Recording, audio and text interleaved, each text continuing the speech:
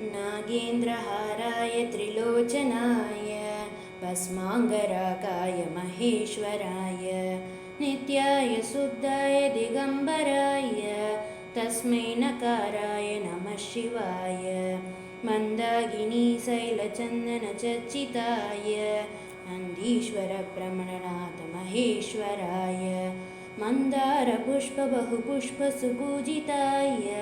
तस्मै मकाराय महिताय नमः शिवाय शिवाय गौरीवदना च वृन्द सूर्याय दक्षावरणाशकाय